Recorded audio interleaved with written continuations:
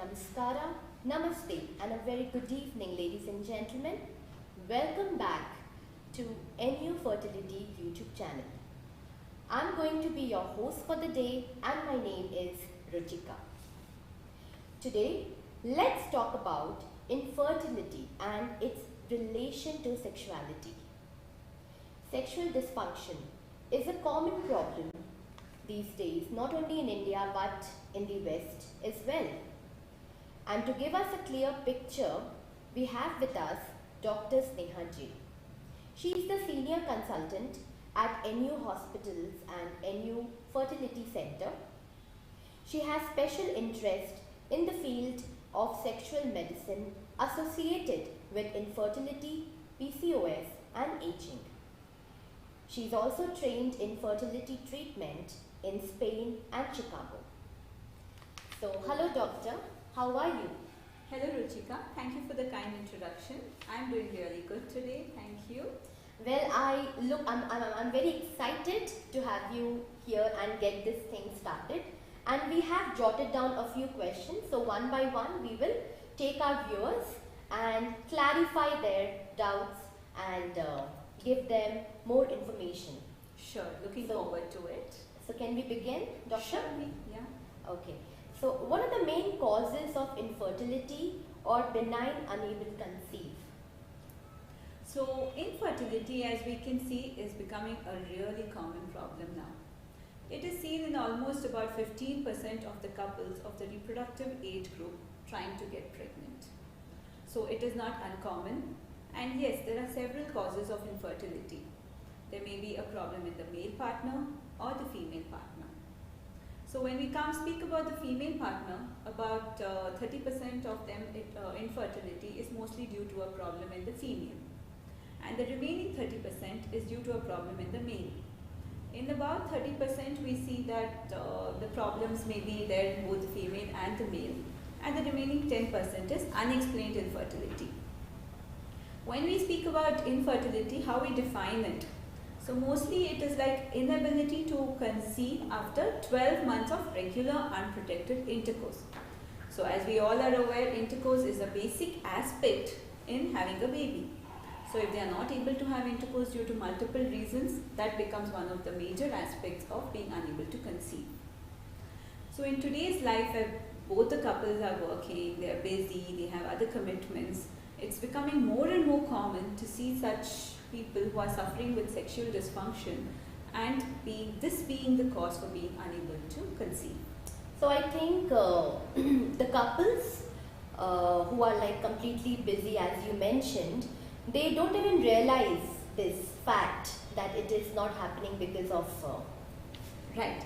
They don't realize, and when it comes like, okay, they'll be married for 4-5 years, they have pressure from the family, and that is when they realize. And it is really surprising to see that they are not coming for the sexual problems, they're coming mostly to sort out their infertility and get a baby, which is quite unfortunate because sex is also a very important part of our lives. Yes, of course, definitely. So it is important to get the sexual matter sorted out, and then also side by side also think about the baby as well. So doctor, is sex really important and necessary? Well, yes. As we all are aware, sex is important for having a family, having a baby, recreation, but it also has several other benefits.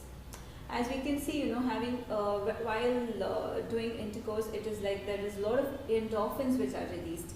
So they have a very important effect, and they decrease pain, improve the stress and anxiety in both partners of the couple when they are involved, and also it decreases blood pressure. It has several medical benefits also. Decreases the cardiovascular, that is the heart becomes more healthier, and even it's like it improves the emotional bonding between the couple, and it takes out the relief. It's like a stress reliever at the end of the day. Yes. Which I think people these days, they are forgetting this fact. Yes, both of them working shifts or whatever, they place other responsibilities over their main basic part of life, which should change and give equal importance to all aspects of their life. Lovely. Doctor, how is infertility and sexuality dysfunction linked? Yeah. So, as we are aware, sexual dysfunction, obviously there will be a problem in difficulty in trying to get pregnant.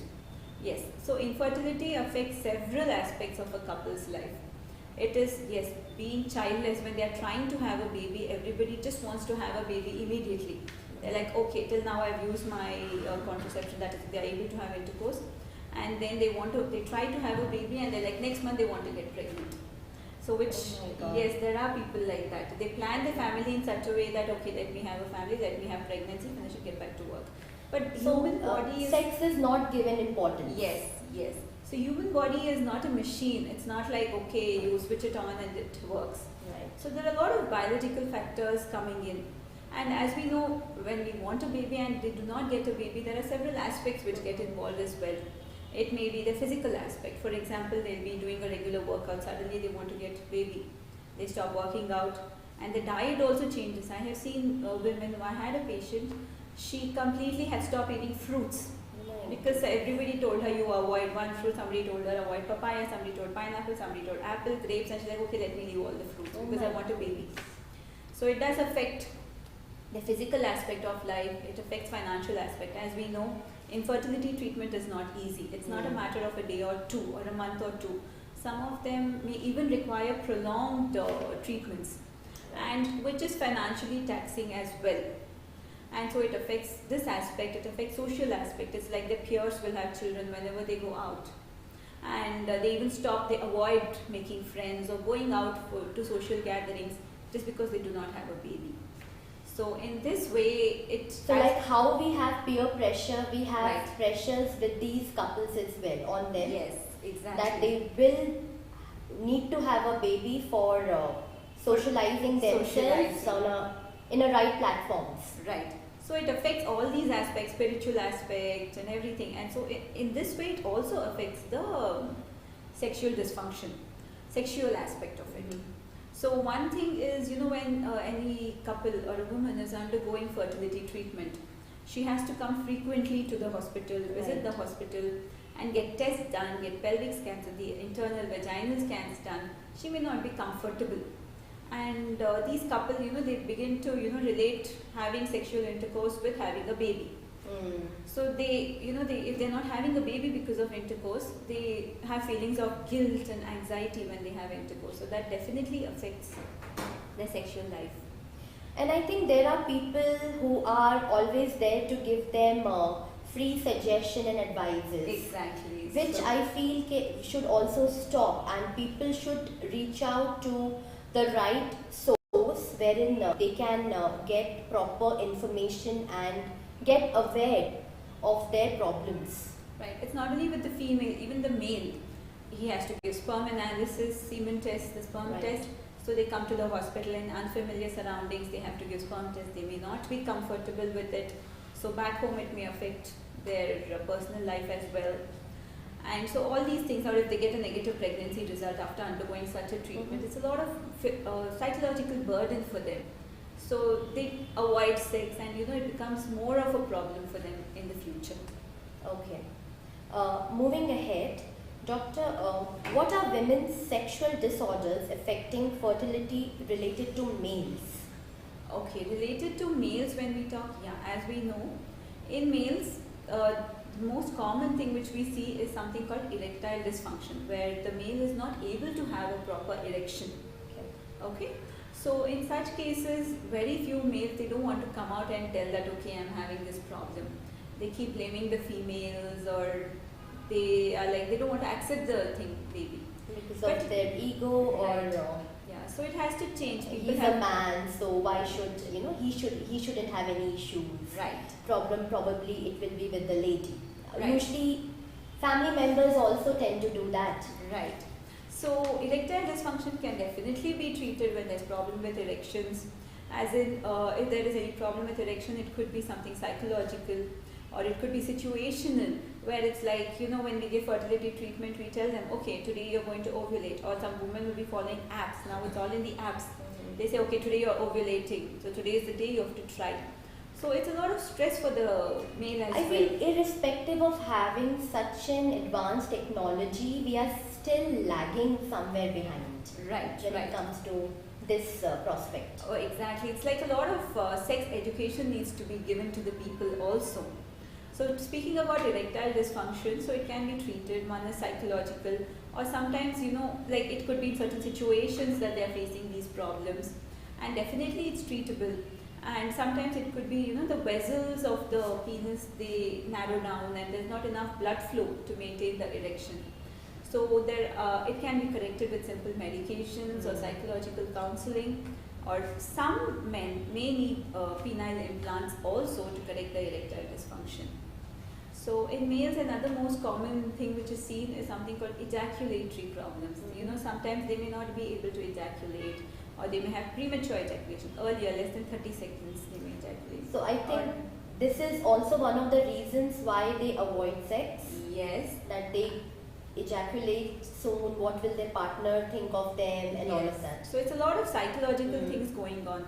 So they need to be taught on, there is treatment. Now science has progressed, and there is a treatment for all these problems, which should be addressed by a proper person with special interest in sexuality and who's trained in all these procedures. Definitely. Okay. What are women's sexual disorders affecting fertility related to females? Yeah. So in females, as we can see, the most common thing that we see is something called vaginismus.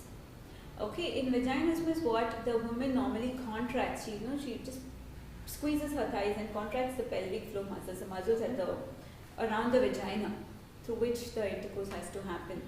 So it may be due to several factors. It could be psychological, or there could be a simple infection there which when treated, or there may be some skin conditions around the region which is causing pain to her, and they can definitely be addressed. So we have to examine the woman, see her, talk to her, and all these problems, as you know, nobody is going to come and tell her, okay, I have this problem. Exactly. Unless we talk about it, unless we, poke into the matter, very few of them come and let us know. And definitely it's better to, visit somebody, to speak to somebody and get the problem sorted Who's out. qualified, again, who will give you a right suggestion, as in what to do, what not to do, rather than going to a layman and speaking about it, and then they will have their own theories which will again do nothing to them. Exactly. So vaginismus is one condition where they have penetration difficulty, or there may be some problem in the vagina as well. There may be some, deformities, congenital deformities in the vagina which need to be corrected. So when a woman with vaginismus comes, what we normally do is we first take a detailed history. See, everybody thinks that, okay, only the sexual abuse is going to be vaginismus. That is not the thing. Most of the things when we see online or whatever, it shows that. But that is not the matter. There are several other causes. The woman may be phobic. It's just a phobic response, like how all of us have some kind of phobia. This is also another phobia which can definitely be overcome. So there is something called the vaginal dilator therapy which we use, where we give them serially increasing size of dilators, and with the male partner's help, they should be able to overcome this problem.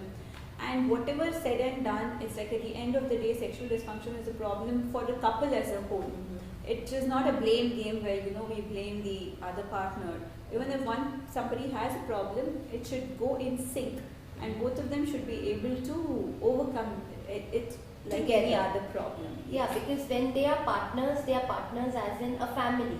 So whatever issues they are facing, they should discuss it amongst themselves rather than keeping it within, and reach out to the professionalist who can help them out. Yes. And obviously help is available everywhere, but we need to find the right path to go about it. Definitely. Doctor, what are the causes of painful intercourse? Yeah, so one I told you is vaginismus, where they have penetration difficulty. So painful intercourse is normally called dyspareunia in scientific language. So it may be pain just on the superficial, where we divide it into superficial and deep. Superficial is where it's just on the surface. Okay, so it may be due to like infections, fungal infections, or parasitic infections, or there may be some vulvar skin conditions which cause severe pain in the region. And there is one condition called vulvodynia, where there is slight change in the muscles of the floor around that area. So these also require treatment. We can use, we give different treatment options depending on what they are. Treat the infections, treat the skin conditions, and if it is some, the problem with, sometimes the muscles may be too contracted, then they may have to use Botox therapy to the muscles around the area. And the other one more thing that we normally come across is deep dyspareunia, where on deep intercourse, deep thrusting, they have pain. So these may be conditions something inside. It may be something called endometriosis. That is definitely a cause for infertility also. The egg quality may not be so good in endometriosis. And one thing is painful intercourse. So when they come with painful intercourse, we have to think about all these also when we are treating infertility, and treat that also simultaneously and go about it. Or it may be interstitial cystitis, some bladder problems due to which they are having problem with the intercourse, pain during having intercourse. So definitely yes, there is a treatment for all these conditions. Amazing. Doctor, what is unconsummated marriage? Yeah. So it's unconsummated marriage is when a male and female have never been able to have penetrative penovaginal intercourse, that is the penis penetration into the vagina. They may be married, it's surprising to see they may be married for about maybe 7-10 years also, but still they've never had a proper intercourse. And they also come to us. It is quite unfortunate to see them coming to us just for having a baby because of societal pressure. They say that, okay, you've been married for so many years, now it's time to have a baby. So that's why they come to us. And they are not even worried about their sexual problem. They're like, somehow they would have read about IUI, IVF. They're like, okay, you do that to me and let's have a baby. I'm not thinking about that. That's actually very shocking to hear. So when we ask them, they say that, okay, we have certain stressors in life. I'm too busy with I had a startup, so I'm busy with that. Or I work in shifts, so I'm not able to have intercourse. But whatever. What do you think, doctor? What can be the reason behind, escaping from this? Because these are all excuses. Right. The two most common thing that we see is, like I've already discussed, erectile dysfunction in the male, where there's erection problems, or vaginismus, where the woman has pain, penetration, she has a phobia of penetration. Refuses to have sex. It's not that, we've seen women where they want to have sex, but still they're not able to because somewhere subconsciously they're too scared of it. Okay. So we need to, give them behavior therapy and get them out of it. And say that it's a standardized way, the systemic way of approaching it. There's a solution for everything. It is just that they have to reach out to the right person. Yeah, it's a systemic way of approaching a case. It's not that suddenly one day we can tell her to go and have intercourse. It has to be in steps, and both have to understand that it is not a matter of day or two. It will take some time, but it will definitely get sorted out. So all these things do take time, and it needs priority as well, like how they have been giving priority to their work, to start their family. Likewise, there should be a priority for this aspect as well. Yes. And one more thing that I would want to say is, some of them will maybe on some medications also for other factors which may be interfering with the sexual, which may be causing the sexual dysfunction. So these things also should be addressed. We have to look into their medications which they are taking, or there may be, some hormonal conditions which may be treated both in the male or the female. And when we approach it scientifically, then we can pick up these hormonal issues, like there may be some, testosterone deficiency in the males, and all these have to be picked up and treated to overcome their problems. Okay. Well, okay, so let's proceed to the next question. What are the main steps in correcting sexual dysfunctions? Yeah, like I told, first of all, the main step in correcting sexual dysfunction is sex education. Basic sex education is lacking in our current system. So people are not even aware of their genital organs, and it is always something to be spoken in a hush-hush way, in a secretive way, which has to change. It's an important aspect of life. It is a healthy part of our life.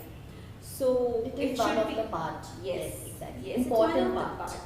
And when maybe in the school level or college level, people have to be taught about what are the genital organs, maybe what is important for them, like how now they're including menstrual hygiene and all those things. Even sex education should become a part of the routine. So once we give them basic, I am surprised to see that once I tell them the basic parts, they are able to go and have normal intercourse also. So it should actually start from the very young age when the children are in school, and if they are given proper information about everything, I think then things will start changing Right. from there. And one more thing that we should keep in mind while discussing all this is that the couple should also give equal importance to it. Yes, work is very much important, but this is also important. They need to plan, they can plan some date nights, or take some time off, or do some activities, short vacations, or do some activities which interest both of them. Like if somebody wants to go fishing or somebody wants to go swimming, maybe they should pursue their hobbies together and take time off, and not just think about children. They are going to happen anyway if everything else gets sorted out. So in that way they have to approach, and it's not just stress. Leave the stress and think about these matters, approach the right, take the right help, and move ahead with it. Last but not the least, what is the way forward for a couple with sexual dysfunction? Yeah. So like I told, first we need to try the other things. First we need to definitely sort out. The first question that I ask is, what is more important? Is it for you to have a proper sexual intercourse, or is it for you to have a baby? Surprisingly, many say baby. Yes. I think again society pressure takes in here. So both should be treated at the same time. See, once we say sexual dysfunction, it's not just sexual dysfunction. There may be other important causes also. Like in the male, the sperm may not be adequate. There may be some low sperm count or low motility in the sperms, or the morphology may not be normal, or there may be some ejaculatory dysfunction. Or when we come to the females, she may be having polycystic ovarian syndrome, where the proper eggs are not getting released. Or she may be having endometriosis, because of which she's been having the pain. Or there may be some tubal, the fallopian tubes may be blocked. Or she may be having a huge fibroid sitting in the uterus. Or she may be having conditions like adenomyosis. So all these needs to be systematically investigated in the female. So when they walk in, it's not just about them being able to have an intercourse, it's also about their fertility aspect. So when they walk into us, we normally take a history, and then we subject them to a vaginal scan. So vaginal scan gives us a lot of information as to what is happening inside the woman's body. We see the ovaries. So in the ovaries we have multiple follicles. There should be a certain amount of follicles. They are the eggs. They're going to finally form eggs. So for a pregnancy we need one egg and a sperm, right? So we see how the ovaries are, whether they have cysts, whether they have adenomyotic cysts, whether they have endometriotic cysts, or whether they have some dermoid cysts. So all this we see. Then we see the status of the uterus. We see the endometrial lining, which is the main place where the pregnancy happens. So how the lining is, and we all normally fallopian tubes are not seen on scan. So we only if they are swollen they are seen. So we see if there is any pathology there, and then we ask them to do a few blood tests, which includes the basic hormonal workup on the second or third day of periods, which includes the follicle stimulating hormone, luteinizing hormone, anti-Mullerian hormone, TSH. So TSH, thyroid disorders. They are very common in our population, seen in about 15 to 20% of the women. And everybody, the moment we say, okay, you have thyroid dysfunction, they'll be like, oh my god, it's a major disease. But no. It is, why we do so many TSH is because it is very easily treatable. Right? And once treated, she's like any other normal woman. So there's nothing much, required, or there's no need to panic just with the thought of hypothyroidism. Okay, so we do all these tests, and we subject them to a test called HSG tube to see whether the tubes are patent. Normally the fallopian tube should be patent, which can be made out by the HSG test, which is hysterosalpingogram. This is an outpatient procedure where we inject the dye into the uterus and we see whether it spills on both sides. So these are the basic workup for the female. And when we come to the male partner, the one and most important workup is the husband semen analysis. So the sperm test should be given with 2 to 5 days of abstinence. They should have not had intercourse in that time. And that is when we see how the sperm count is, how the motility is. Because normally when they have intercourse, sperms are deposited in the vagina. They have to climb up through the uterus and go to the tubes. and that is where the fertilization happens. So the sperms have to be motile, and then if everything is fine, then we give them ovulation induction, which is give them medications to develop eggs, and we monitor it on scan, and once the eggs are ready, we ask them to have intercourse. So normally I suggest that, okay, once you stop getting your periods, try to have intercourse between the 5th and 20th day, every 2 to 3 days once. That is when there's maximum chance of conception. Finding the ovulation day or the day you're going to have intercourse is definitely not going to work. Yeah. So apps are good, use it, but there are other ways also. In the olden days, maybe 30-40 years ago, nobody had apps, nobody had access to internet, but still everything was going on normally. And they were more healthy, right? In every aspect. Every aspect. It's a lot to do with diet, pollution, lot of stuff. We see that fertility is declining. As we can see, the semen analysis, the normal cutoff in 90s was 50 million per ml. Now it is 15 million per ml. Oh my goodness, that's like a very bad job. So the decline we can see. We can see decline in fertility rates and everything. It could be multiple factors. It could be, the women want to postpone pregnancy, they want to finish their career, settle in life, and then have, everything is fine. But there is a biological clock also ticking. Right. So for every time there's a time. Right. For everything there's a time. Everything there's a time. So if ovulation induction does not work, then we have to think about something when it does not work. Everything doesn't work in the first cycle. True. Human body, as I told, is not a machine again. So then we try to do IUI, which is intrauterine insemination, if there is some problem with the sperms, where we take the sperms and inject it directly into the uterus at the time the eggs are released. So one cycle of IUI, we normally say a pregnancy rate of about 20%. We try 2 to 3 cycles IUI, still doesn't work. That is when we ask them to undergo IVF. Okay. Yes, in IVF, the advantage is that we take the eggs out and we're seeing the eggs. So supposing we get about 10 eggs, maybe only 6 to 7 eggs may form good embryos at the end of the day, maybe at the end of 5 days when we grow them. So in this way, it filters out the number of eggs, and finally the good embryos we put in will result in better pregnancy rates. So one cycle of IVF, we normally see a pregnancy rate of 60 to 65%. And what is the possibility usually in women if they go for IVF? I mean, what is the duration of the treatment? Yeah. So when we go for IVF, it normally starts on the 2nd day of the cycle. Okay. And normally we advise them, to visit one cycle prior, so that we, are prepared as to what is going to happen and everything. So during the treatment cycle, on the 2nd day, they'll have to start with injections. The injections will go on for about 10 to 12 days, and in between they'll have 4 or 5 days coming over for blood tests and scans. These injections are simple injections, can be taken at home. It won't really interfere with the day-to-day activities of the woman, although she's working or whatever. Only when she has to come to the hospital 3-4 days in those 10 days, that is when she'll have to, adjust her timings. And then we will do a procedure called egg pickup, oocyte retrieval, done under anesthesia. Luckily, in these IVF procedures, none of them require overnight stay. All of them are daycare procedures. You come in the morning, go back in the evening. Okay, so she comes, gets it done under anesthesia, and they can go back. The husband also should give the sperm on the same day. Then if everything is fine, we fertilize the embryos in the lab, and we grow them for 5 days.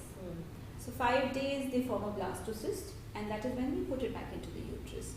After we put it back, after 2 weeks, we'll come to know whether there is a pregnancy or not. Okay. And everybody is worried, oh my God, if I undergo IVF, will my baby be normal? Yes, that is also. Yeah, so we're not doing anything to the, to the embryo. We're not doing anything to the genetics of the baby. So all that we are is because of our genetics. Right. So once we don't fiddle with the genetics, there's nothing much which is going to happen. And it's not that all IVF babies are abnormal or all of them are normal. It is like any other natural pregnancy. We say that there's a risk of 2 to 3% that the baby may be born with some abnormality. But so that also you will detect, in the later stage. But 100% nothing can be told about the human body. So even when we do scans, we say that 99%, not all anomalies can be detected on scans as well. So it's not because of the IVF that they're having some anomaly in the babies. Right. Because there is some problem in the genetics that there is an anomaly. So everybody is worried about that, and they'll be like, after IVF, should I be in complete bed rest throughout? This is also one myth. Yeah. So like, okay, should I take off for 9 months, stay at home, just sleeping on the bed? But that is not the way. Yeah, so it is like maybe after embryo transfer, be a little careful. Like once we put back the embryos, maybe for the next 1 week to 10 days. After that, you can resume back. Resume back, see how the pregnancy goes. If it's all going normally, maybe I have some women who work till the day of their delivery and then they take off. So because it's called pregnancy, normal pregnancy for a reason. Right. So even if it's conceived through IVF, it's not going to be anything different from your normal pregnancy, but for a few extra medications in the first 3 months. Okay. So thank you, doctor. That was again a wonderful session.